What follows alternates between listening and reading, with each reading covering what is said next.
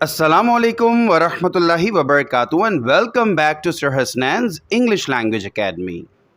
Today in this video we are discussing paragraph heading or matching headings for IELTS students.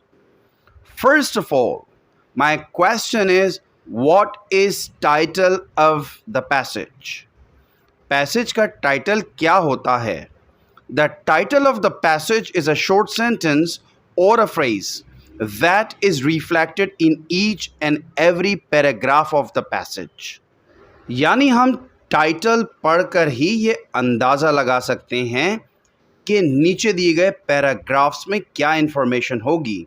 याद रखिए कि title of the passage is reflected in each and every paragraph of the passage, यानी कि हर paragraph में उसी के बारे में बात हो रही होगी.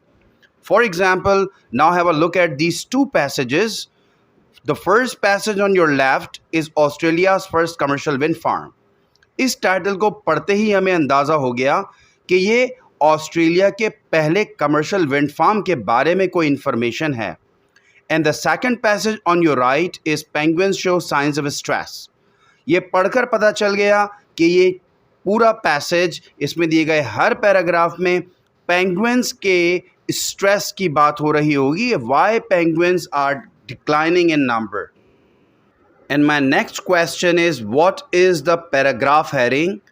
Paragraph heading किसे कहते हैं? Mind it कि टाइटल पूरे पैसेज का होता है और title is reflected in each and every paragraph of the passage.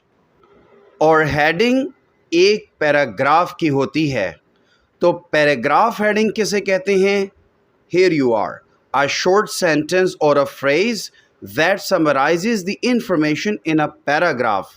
यानी कि ऐसा शॉर्ट सेंटेंस या ऐसा फ्रेज जो पैराग्राफ में दी गई इंफॉर्मेशन को समराइज कर दे, यानी जिसको पढ़कर हमें समझ में आ जाए कि इस पैराग्राफ में क्या इंफॉर्मेशन गिवन है.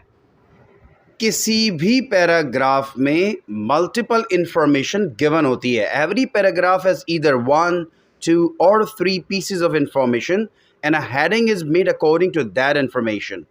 और हम हेडिंग कैसे बनाते हैं या कैसे सेलेक्ट करते हैं कि उस पैराग्राफ में जो 1, 2 या 3 इंफॉर्मेशन गिवन हैं उन्हीं से पैराग्राफ की हेडिंग सेलेक्ट होती है. तो हमें पता चला कि किसी भी पैराग्राफ की हेडिंग को सेलेक्ट करने के लिए हमें उस पैराग्राफ में दी गई इंफॉर्मेशन को पढ़ना होगा और उस दी गई इंफॉर्मेशन के मुताबिक हम कोई भी हेडिंग सेलेक्ट करते हैं. Let's go through a task and activity and let's get to know how we select headings for each paragraph. Here is a list of heading in front of you.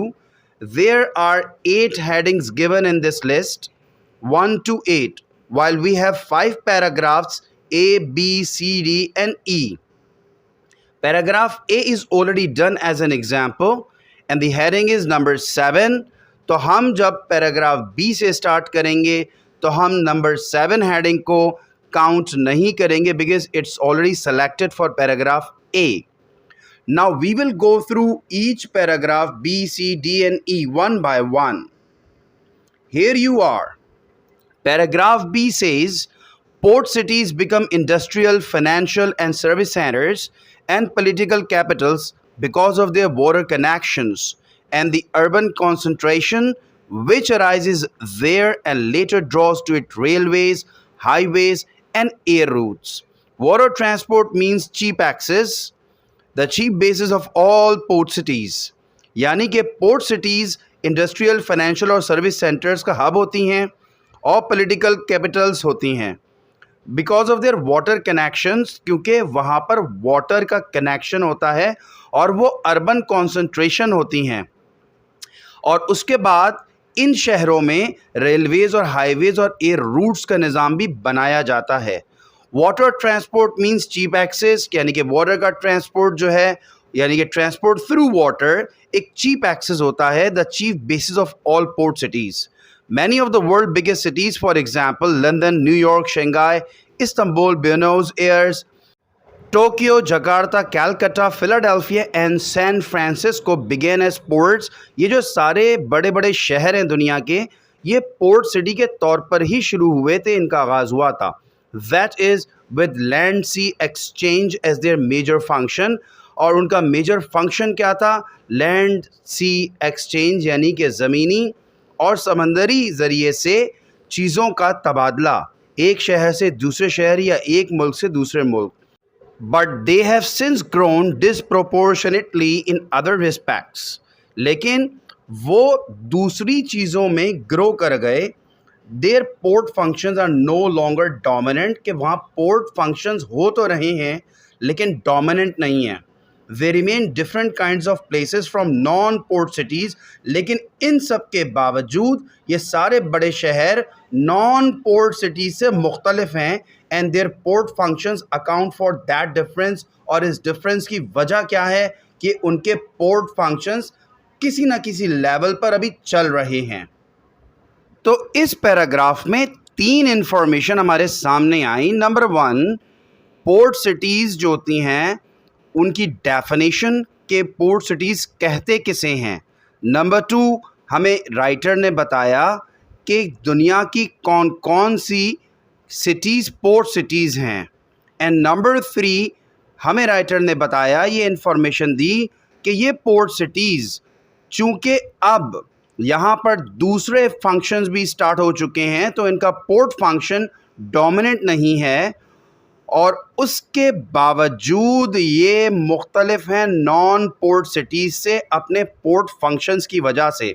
तो ये 3 information आई कि port cities क्या होती हैं। Number 2 के port cities कौन कौन सी हैं दुनिया की। एंड नंबर 3 के despite other functions in these cities, ये फिर भी नॉन पोर्ट सिटीज़ से मुख्तलिफ हैं। So which heading do you think according to these information you will select? 1, a truly international environment. Number 2, once a port city, always a port city. Yes, that is, still you people will go through all the headings, लेकिन हमें तो number 2 पर आते के साथ ही पता चल गया कि number 2, once a port city, always a port city। और हमें पता चला कि ये जितने भी दुनिया की रिनाउंड पोर्ट सिटीज़ हैं, ये anyhow non port cities से मुख्तलिफ हैं अपने पोर्ट फंक्शंस की वजह से। So this is the most appropriate heading for this paragraph, once a port city always a port city. And now we have paragraph C, port functions more than anything else make a city cosmopolitan, यानी कि किसी भी चीज़ से ज़्यादा किसी शहर को cosmopolitan बनाने के लिए पोर्ट फंक्शन ज़्यादा कंट्रीब्यूट करते हैं। A port city is open to the world, कोई भी पोर्ट सिटी पूरी दुनिया के लिए खुली होती है, दुनिया भर से वहाँ माल तिजारत के लिए आ सकता है। In it races, cultures and ideas as well as goods from a variety of places jostle, mix and enrich each other and the life of the city, यानी कि दुनिया भर के रेसेस, कल्चर्स और आइडियाज़ और अशियाए खुर्दनोश, यानी कि अशियाए इस्तेमाल दुनिया भर से इन प्लेसेस में आते हैं, मिक्सअप होते हैं और इस शहर की हालत को मुख्तलिफ बनाते हैं। The smell of the sea and the harbor, the sound of boat whistles or the moving tides are symbols of their multiple links with the wide world, samples of which are present in microcosm with their own urban areas। यानी कि इन शहरों में जो port cities होती हैं, यहाँ समंदर और हार्बर की जो एक बू होती है मखसूस, साउंड ऑफ बोट विसल्स, ये जो कश्तियाँ आती हैं और बंदरगाह पे लगती हैं तो इनकी जो विसल्स होते हैं, और ये जो टाइड्स आर, और ये सारी चीज़ें मिलकर एक मल्टीपल लिंक्स क्रिएट करते हैं दुनिया भर से।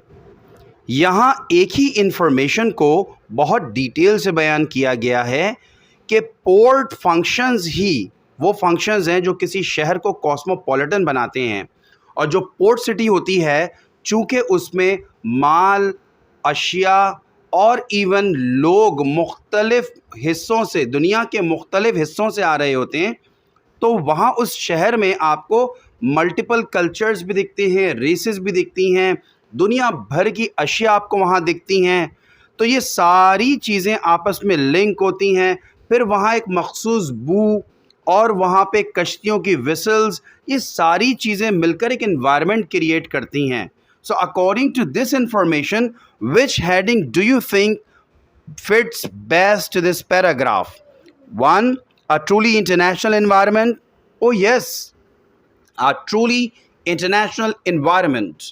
हमने पहली ही हेडिंग पढ़ी और हमें फील हुआ कि ट्रूली इंटरनेशनल एनवायरनमेंट के ऐसे शहर में जहाँ पे कोई पोर्ट हो तो वहाँ आपको मल्टी कल्चर्स, मल्टीपल नेशनैलिटीज़ के लोग मिलते हैं. So a truly international environment is the most appropriate heading for paragraph C. Here you are with paragraph D. Now you may pause the video here and read the information given in paragraph D, and we will then meet after 1 or 2 minutes and we will discuss the answer. Here you are. Heading number 5 is the most appropriate heading for this paragraph. Reasons for the decline of ports. और इस paragraph में ports के decline का reason given है. So hence we will select this heading for this paragraph. Now you may pause the video on paragraph E and read the information given in that. So my dear students, after reading paragraph E हमें ये पता चला कि यहाँ पर trade और service के significance की बात हो रही है. So heading number 6 is the most appropriate heading for this paragraph, relative significance of trade and service. So this is how you go through each and every information in each paragraph, and according to that particular information you select a heading for that paragraph. I hope you have understood how to select a heading for a paragraph. What you need to do is to go through the information given in each paragraph, and then according to that particular information you have to select the heading. But remember, जब भी multiple information given होती है किसी paragraph में तो किसी एक या दो इंफॉर्मेशन से हेडिंग सेलेक्ट की जाती है. इट्स नॉट नेसेसरी कि सारी की सारी इंफॉर्मेशन एक हेडिंग में आ जाए. कभी कभी ऐसा भी होता है कि किसी एक इंफॉर्मेशन से या कभी दो इंफॉर्मेशन को मिलाकर कोई हेडिंग बना दी जाती है. अब आप इस टेक्निक की मदद से तमाम पैराग्राफ हेडिंग्स आसानी से कर सकते हैं. मज़ीद इन्फॉर्मेटिव वीडियो के लिए चैनल को सब्सक्राइब करें and stay tuned with the channel. We will meet again in another informative video. Till then take very good care of yourselves. अस्सलामु अलैकुम व रहमतुल्लाहि व बरकातुहू.